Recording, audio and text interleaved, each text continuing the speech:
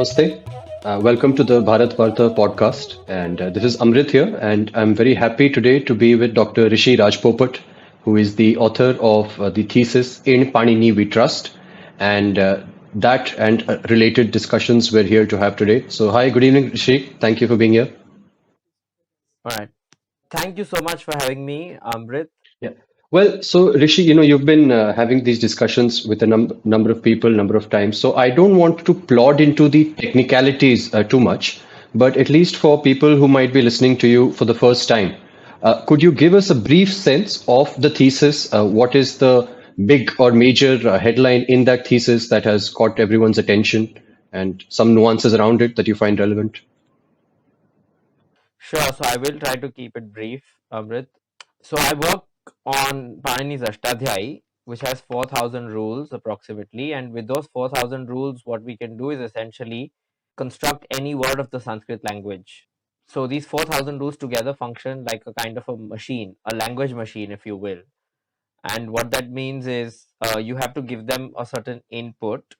You have to give the machine a certain input.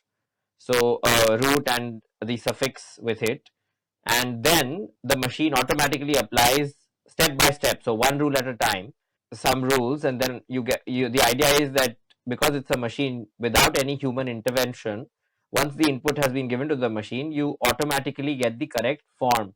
And by correct form, I mean the grammatically correct word. So that's the beauty of this machine. It's an unparalleled project, the creation of the Ashtadhyayi, and so far it remains unparalleled in that no one else has been able to produce something like this in Sanskrit or any other language for that matter.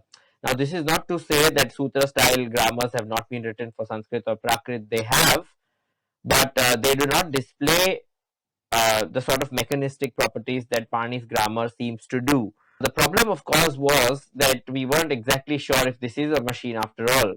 I am fairly convinced now that it is in fact one. So the technical problem that I worked on in my thesis is, as I said, you apply rules step by step, one rule at a time. But at a certain step, what happens if two rules become simultaneously applicable? Two or more for that matter. How do you make the choice of that one rule that would apply at that step?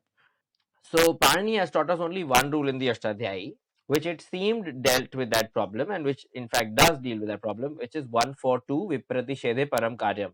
The tradition interpreted it in a certain way, as a result of which the tradition then had to add a lot of extra meta rules, which for now let's just say rules that take care of the big stuff in the system, and yet they were not able to solve the problems that they were facing, which is essentially they were getting many grammatically incorrect forms at the end of the derivation if they followed their interpretation. But even after adding those meta rules that they did to the system, things got only worse rather than better, which was the intention with which they had set out to add those things to the system.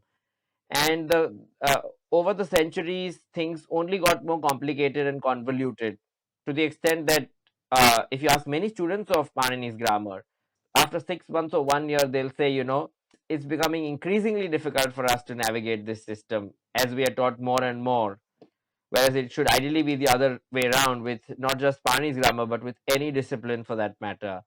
As time passes, as you learn more, you should be able to get a clearer picture of things so that you might be able to make a contribution if you so wish.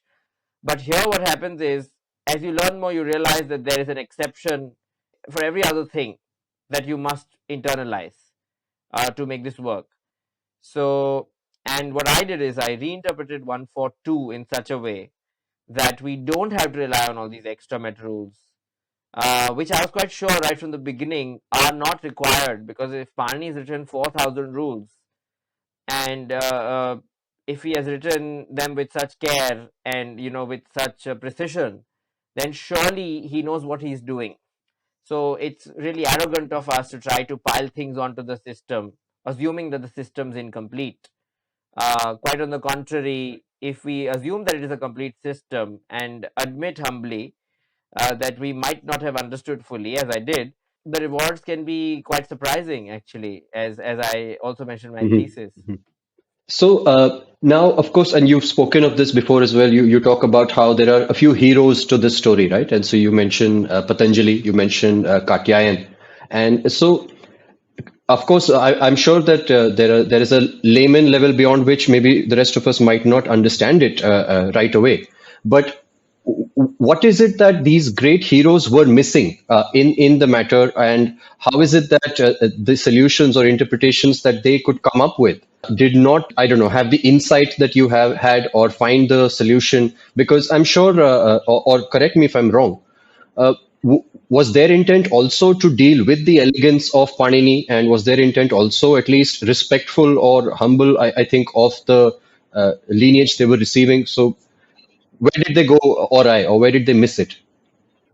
So, firstly, we have to understand what these scholars were trying to do. If you look at Katyayana's Hmm. Vartikas, it becomes quite evident that this is a scholar who understood the Ashtadhyayi to some extent, who possibly had some exposure to you know to some kind of pedagogy about what the Ashtadhyayi is and what it's meant to do and how it works and so on and so forth. But he didn't quite have a complete picture, nevertheless. So, like a curious, dedicated scholar, Katyayana set out to write down his notes about each rule, what he observed, whether he agreed, whether he disagreed, whether he understood something properly. And very often he says, oh, this is possible, but this is also possible. Or actually, possibly some third thing.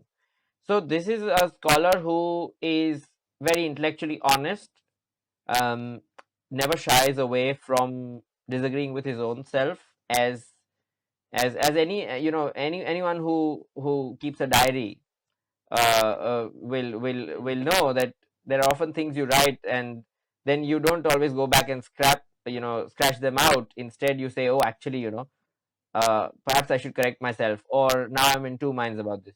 So that's the sort of writing that is very scholarly, but also it's a personal account in many ways. And by that I mean an account meant for one's own self, which I'm sure he was happy to share with others. This is not an account where he makes definitive statements that this is how it is. No, he's exploring multiple possibilities. He's still trying to figure the system out himself. And what Patanjali does is he takes the Vartikas of Katyayana and weaves them into his own narrative about how the system works, often disagreeing with Katyayana, and that was hardly unusual if you look at classical India. Disagreements among scholars were rife, and often, especially as the tradition of Vyakarana develops, these discussions and arguments become very polemical, and that is also not very unusual for Vyakarana or for any other philosophical school for that matter. So this is the background.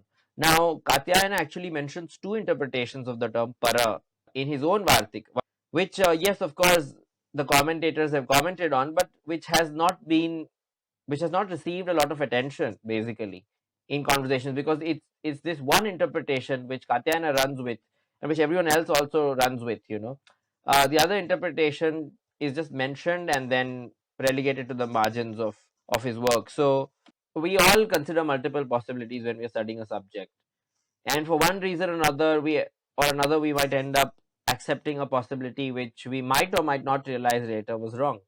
Someone else might come along and say that this thing that we said was actually incorrect, and that's okay. And life moves on. So that is the nature of scholarship and how things develop. So I'm not surprised that he chose the wrong interpretation. We all make such mistakes. As regards Patanjali, things are a bit more complicated, because he even goes so far as to say at one point that para can mean desirable. So basically, do whatever you want to do, and do whatever gives you the right answer, essentially.